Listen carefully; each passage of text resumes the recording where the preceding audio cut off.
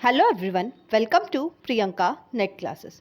सो basically आज के इस लेक्चर में हम लोग नेट का पेपर 2 कॉमर्स एंड मैनेजमेंट की यूनिट को कंटिन्यू करने वाले हैं। कॉमर्स एंड मैनेजमेंट की आपकी रिक्वेस्ट पे ही मैंने बिजनेस इकोनॉमिक्स की यूनिट को शुरू किया था। सो ये इस यूनिट का लेक्चर नंबर 2 है, जिसमें हम लोग माइक्रो वर्सेस मैक्रो इकोनॉमिक्स देखने वाले हैं। माइक्रो इकोनॉमिक्स क्या होता है, मैक्रो इकोनॉमिक्स क्या होता है, दोनों चीज़ों को हम डिटेल में समझेंगे एंड उनका कंपैरिजन करके समझेंगे, सो दैट आपको और भी अच्छे से ये दोनों भी कंसेप्ट अच्छे से क्लियर हो सके। मैंने स्टार्ट से ही बोला था, मैं बिजनेस इकोनॉमिक्स की पूरी यूनिट आपको एकदम जीरो लेवल से कराऊंगी, सो दैट आपको क्या हो सके, आपके बेसिक स्ट्रॉन्ग हो सके, साथ ही साथ आपको आगे आने वाले लेक्चर्स में बेसिक टर्म्स में दिक्कत ना हो, तो उसको भी मैं ध्यान में रखते हुए चल रही हूँ। चलिए स्टार्ट करते हैं, but before going on that, मेरा नाम प्रियंका नाथानी है एंड मैंने रिसेंटली ही नेट और जेआरएफ दोनों भी अपना क्रैक किया हुआ है कॉमर्स सब्जेक्ट से, अपने पहले ही अटेम्प्ट में 99.55 परसेंटाइल के साथ। सो आप भी मेरे तरह पढ़ते रहिए, मेहनत करते रहिए एंड मुझे विश्वास है आप भी ज़रूर अपना net and JRF first attempt में क्रैक कर पाएंगी। चलिए स्टार्ट करते हैं हमारे आज के कंसेप्ट को, जो है माइक्रो एंड मैक्रो इकोनॉमिक्स। सबसे पहले तो देखते हैं हमने लास्ट लेक्चर में क्या सीखा था। जो फर्स्ट लेक्चर था हमारा, उसमें हम लोगों ने बेसिक इकोनॉमिक्स का मीनिंग क्या होता है वो देखा था, करेक्ट। आप में से जिसने वो फर्स्ट लेक्चर को मिस किया, मैं लिंक डिस्क्रिप्शन में दे दूंगी, आप वहाँ से जाके फर्स्ट लेक्चर देख सकते हैं। अब मैं उसी लेक्चर के कंटिन्यूएशन में इस लेक्चर में आपको क्या सिखाने वाली हूँ कि जो इकोनॉमिक्स है उसकी दो ब्रांचेज हैं, ठीक है। इसलिए हेडिंग ही क्या दी हुई है, main branches of economics. Economics की दो मेन ब्रांचेज हैं। कौन सी है वो दो मेन ब्रांचेज मॉडर्न इकोनॉमिक्स की? एक है आपकी माइक्रो इकोनॉमिक्स, दूसरी है मैक्रो इकोनॉमिक्स। दोनों को ध्यान से सुनिएगा, बिकॉज फर्क तो आई और ए का है दोनों में। मॉडर्न इकोनॉमिक्स की दो ब्रांचेस हैं। कौन सी है वो दो ब्रांचेस? एक है माइक्रो इकोनॉमिक्स, दूसरा है मैक्रो इकोनॉमिक्स। एंड ये दोनों ही टर्म्स किसने कॉइन किए थे? कॉइन यानी किसने बनाए थे? ये दोनों ही टर्म्स बनाए थे Norwegian economist Ragnar Frisch of Oslo university in 1933।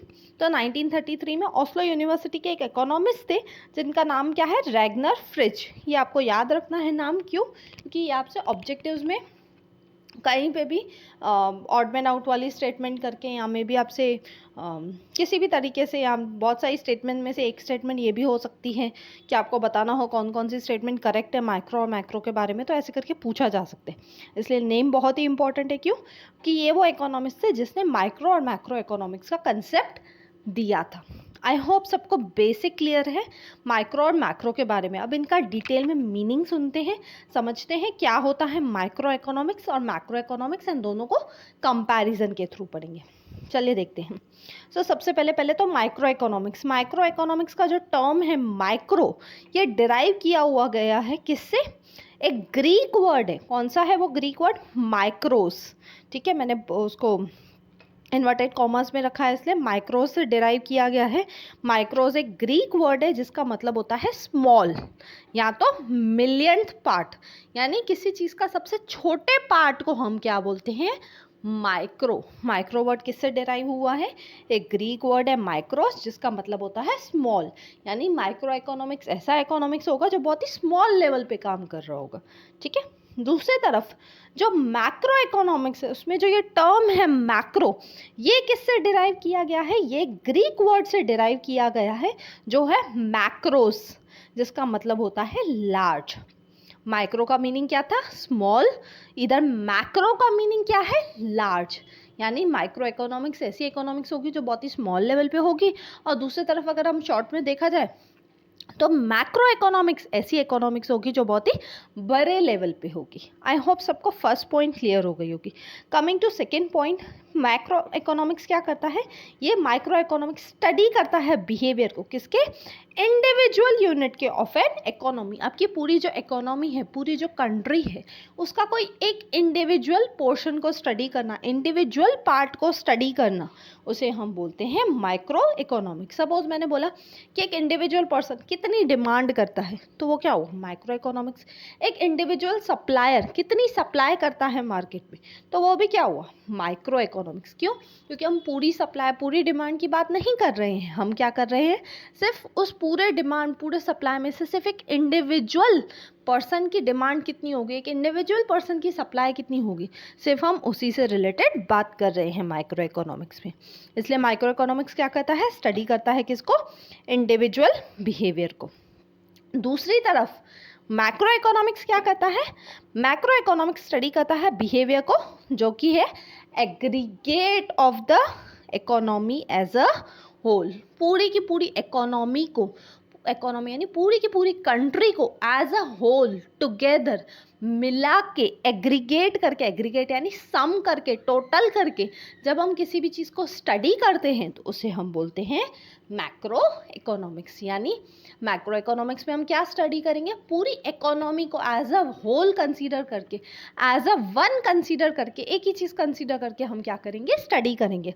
जैसे से फॉर एग्जांपल मैं बोलूँ कि हम क्या कर रहे हैं, पूरी मार्केट डिमांड को स्टडी करें, मार्केट में जितनी भी डिमांड है इंडिया के मार्केट में, हम पूरी डिमांड को स्टडी करें, तो वो क्या हुआ, मैक्रो इकोनॉमिक्स। क्यों, क्योंकि हम एग्रीगेट वाइज स्टडी करें, एग्रीगेट यानी हम टोटल करके सभी लोगों की डिमांड को मिला मिला के ओवरऑल पूरे कंट्री की डिमांड क्या है उसको स्टडी कर रहे हैं। समझ रहे हैं आप मेरी बात। तो माइक्रो इकोनॉमिक्स में हमने क्या किया, इंडिविजुअल यूनिट की स्टडी की थी, यहाँ पे हम क्या करेंगे मैक्रो इकोनॉमिक्स में, एग्रीगेट्स की स्टडी करेंगे। एग्रीगेट्स यानी पूरी इकोनॉमी को मिला के, पूरी कंट्री की डिमांड हो गई, पूरी कंट्री की सप्लाई हो गई, पूरी कंट्री की इनकम हो गई, तो हम पूरे कंट्री वाइज किसी पर्टिकुलर चीज़ को स्टडी करते हैं। ठीक है, आई होप सबको सेकेंड पॉइंट क्लियर हो गया होगा। Coming to third point, micro economics किससे डील करता है, प्राइस थियरी से। किससे डील करता है, प्राइस थियरी। प्राइस थियरी से कैसे डील करता है micro economics, because micro economics में क्या किया जाता है, जो भी चीज़ आप खरीदते हैं मार्केट से, वो चीज़ का प्राइस डिटर्मिनेशन, वो चीज़ की प्राइस कैसे डिसाइड होती है, वो चीज़ की प्राइस डिसाइड होती है बिकॉज ऑफ माइक्रो इकोनॉमिक्स। कैसे डिसाइड होती है, जहाँ पे आपकी डिमांड कर्व और सप्लाई कर्व इंटरसेक्ट करते हैं, मिलते हैं। ये आने वाले लेक्चर्स में हम देखेंगे ये भी चीज़, बट फिलहाल के लिए अगर आप लोग पहले से पढ़ चुके होंगे तो आपको पता होगा इसको प्राइस थियरी क्यों बोलते हैं। बिकॉज जहाँ पे आपकी मार्केट की demand curve and supply curve intersect करती है, उस जगह को हम बोलते हैं आपका प्राइस। एंड वो प्राइस डिसाइड करना किसके हाथ में है, किसी भी गुड्स की, किसी भी सर्विस की प्राइस डिसाइड कैसे की जाती है, माइक्रो इकोनॉमिक्स के थ्रू। इसलिए हम यहाँ पे बोलते हैं माइक्रो इकोनॉमिक्स किससे डील करता है, प्राइस थियरी से डील करता है। क्यों, कोई भी इंडिविजुअल गुड हो, कोई भी इंडिविजुअल सर्विस हो, उसकी प्राइस डिसाइड करने का काम कौन करेगा, माइक्रो इकोनॉमिक्स। दूसरी तरफ मैक्रो इकोनॉमिक्स क्या करता है, मैक्रो इकोनॉमिक्स डील करता है इनकम और एम्प्लॉयमेंट से। पूरे कंट्री की इनकम क्या है, पूरे कंट्री में एम्प्लॉयमेंट कितनी है, वो सबसे रिलेटेड मैक्रो इकोनॉमिक्स पूरा का पूरा डील करता है। यानी ओवरऑल हमारे कंट्री में, अगर हम सपोज इंडिया का एग्जांपल ले लें, तो इंडिया में लोगों की इनकम क्या है ओवरऑल, या ओवरऑल इंडिया में एम्प्लॉयमेंट कैसी है, कितने लोग को जॉब्स है, कितने लोग बिजनेस करते हैं, किस लोग किस प्रोफेशन में हैं, तो वो सब स्टडी करना किसके हाथ में है, मैक्रो इकोनॉमिक्स के अंदर करते हैं हम। आई होप सभी को थर्ड पॉइंट भी क्लियर हो गई होगी। अब इस थर्ड पॉइंट से रिलेटेड ही हमारी फोर्थ पॉइंट आ जाती है। माइक्रो इकोनॉमिक्स को क्या बोला जाता है, it is known as price theory. Micro economics को क्या बोला जाता है, माइक्रो इकोनॉमिक्स को दूसरा नाम क्या है, प्राइस थियरी। क्यों, क्योंकि यहाँ पे हम क्या करते हैं, हमने थर्ड पॉइंट में ही समझा था ना माइक्रो इकोनॉमिक्स पे, कि हम क्या करते हैं, इंडिविजुअल गुड्स की प्राइस को डिसाइड करते हैं। इसलिए माइक्रो इकोनॉमिक्स को क्या बोला जाता है, प्राइस थियरी। दूसरी तरफ हमने थर्ड पॉइंट में देखा था मैक्रो इकोनॉमिक्स में, कि मैक्रो इकोनॉमिक्स किससे डील करता है, पूरे के पूरे कंट्री की इनकम से और एम्प्लॉयमेंट से।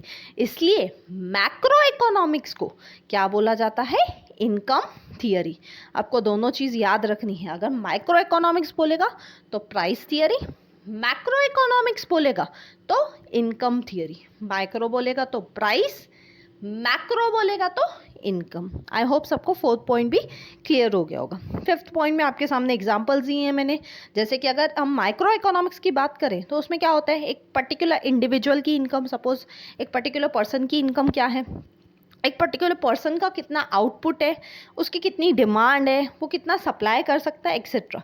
यानी हम इंडिविजुअल लेवल पे, सिर्फ माइक्रो इकोनॉमिक्स में हम क्या करते हैं, सिर्फ एक ही पर्सन की बात कर रहे हैं कि सपोज ए पर्सन है, तो वो ए पर्सन कितनी डिमांड करता है, कितनी मार्केट में आउटपुट करता है, कितना वो मार्केट से सप्लाई करता है मार्केट में।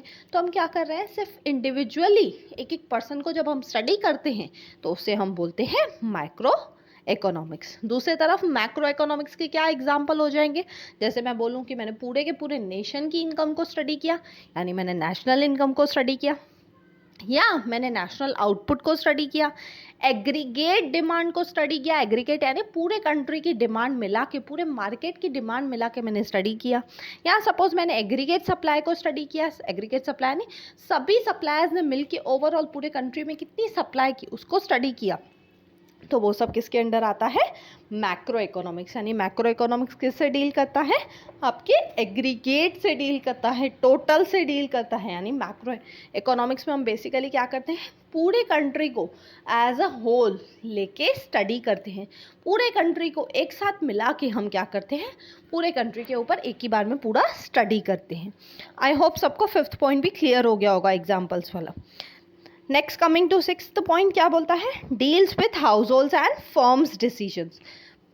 माइक्रो इकोनॉमिक्स में क्या करते हैं हम लोग, एक एक घर, एक एक पर्सन के बारे में स्टडी करते हैं, एक एक फर्म, बिजनेस फर्म जो होती है उसके बारे में सिर्फ हम स्टडी कर रहे हैं, इसलिए ये माइक्रो इकोनॉमिक्स के अंदर आता है। दूसरी तरफ मैक्रो इकोनॉमिक्स में तो हम स्टार्ट से ही पढ़ रहे हैं कि हम किसके लिए स्टडी करते हैं, एग्रीगेट स्टडी करते हैं। एग्रीगेट यानी पूरी इकोनॉमी को हम एक कंसीडर करते हैं, पूरे इंडिया को हम एक मार्केट कंसीडर करके हम उसकी डिमांड, उसकी सप्लाई, उसका आउटपुट सब वगैरह हम क्या करते हैं, स्टडी करते हैं। नेक्स्ट पॉइंट बोलता है माइक्रो इकोनॉमिक्स क्या है, बहुत ही सिंपल है। सिंपल क्यों है, अभी तक आप लोगों ने इतनी सारी चीज़ें समझी है माइक्रो और मैक्रो के डिफरेंस में, तो अभी तक आपको भी समझ में आ गया होगा कि माइक्रो इकोनॉमिक्स बहुत ही सिंपल है। क्यों सिंपल है, क्योंकि सीधी बात है, यहाँ पे हम क्या कर रहे हैं, इंडिविजुअल यूनिट को स्टडी कर रहे हैं, सिर्फ एक घर, सिर्फ एक पर्सन, सिर्फ एक बिजनेस की बात कर रहे हैं माइक्रो इकोनॉमिक्स में। तो एक घर को स्टडी करना या सिर्फ एक पर्सन को स्टडी करना काफ़ी ईजी हो जाता है, या सिर्फ एक बिजनेस को भी स्टडी करना काफ़ी ईजी हो जाता है, इसलिए माइक्रो इकोनॉमिक्स बहुत ही सिंपल है। दूसरी तरफ जो आपका मैक्रो इकोनॉमिक्स है वो कैसा रहेगा, ऑब्वियस है, कॉम्प्लेक्स रहेगा, बहुत ही कॉम्प्लिकेटेड रहेगा, डिफिकल्ट रहेगा। क्यों, क्योंकि यहाँ पे आप क्या करते हो, आप एग्रीगेट्स की स्टडी करते हो, आप टोटल स्टडी कर रहे हो, पूरे कंट्री की स्टडी कर रहे हो। तो ऑब्वियस है, पूरी कंट्री की स्टडी करोगे तो वो थोड़ा बहुत तो क्या हो जाएगा, कॉम्प्लिकेटेड सी चीज़ हो जाएगी, कॉम्प्लेक्स सी चीज़ हो जाएगी। ठीक है। एंड लास्ट पॉइंट तो ऑब्वियस है कि माइक्रो इकोनॉमिक्स क्या है, नैरो इन स्कोप है। माइक्रो इकोनॉमिक्स बहुत ही छोटा है स्कोप में। क्यों छोटा है, नैरो यानी कि छोटा है। छोटा क्यों है, क्योंकि ऑब्वियस सी बात है, माइक्रो इकोनॉमिक्स में हम स्टार्टिंग से पढ़ रहे हैं कि हम क्या करते हैं, इंडिविजुअल लेवल पे स्टडी करते हैं, सिर्फ एक पर्सन की बात कर रहे हैं, सिर्फ एक घर की बात कर रहे हैं, सिर्फ एक फर्म की बात कर रहे हैं। तो हम पूरी कंट्री को स्टडी ना करके माइक्रो इकोनॉमिक्स में क्या करते हैं, सिर्फ एक घर को, एक पर्सन को स्टडी करते हैं, इंडिविजुअल लेवल पे स्टडी करते हैं, इसलिए इसका जो स्कोप है वो बहुत ही नैरो है। एंड दूसरी तरफ ऑब्वियस है कि मैक्रो इकोनॉमिक्स का जो स्कोप है वो बहुत ही वाइड रहेगा। क्यों वाइड रहेगा, क्योंकि हम पूरी कंट्री को एज अ होल स्टडी करते हैं, पूरी इंडिया की डिमांड, पूरे इंडिया की सप्लाई, पूरे इंडिया की इनकम को स्टडी कर रहे हैं, तो कहीं ना कहीं जो उसका स्कोप है वो बहुत ही वाइडर है। आई होप आप लोगों को माइक्रो और मैक्रो इकोनॉमिक्स, जो हमारे इकोनॉमिक्स की दो मेन ब्रांचेस हैं, उसका पूरा जो कंसेप्ट है वो अच्छे से क्लियर हो गया होगा। सो थैंक यू, मिलते हैं नेक्स्ट वीडियो में। अगर आपको वीडियो अच्छा लगा तो प्लीज़ लाइक कीजिए, कमेंट करके मुझे ज़रूर बताइए, ज़्यादा से ज़्यादा लोगों तक शेयर कीजिए, बिकॉज ज्ञान बांटने से ही बढ़ता है। एंड अगर आप न्यू हैं तो इस चैनल को ज़रूर सब्सक्राइब कीजिए। मिलते हैं नेक्स्ट वीडियो में, till then bye bye, take care.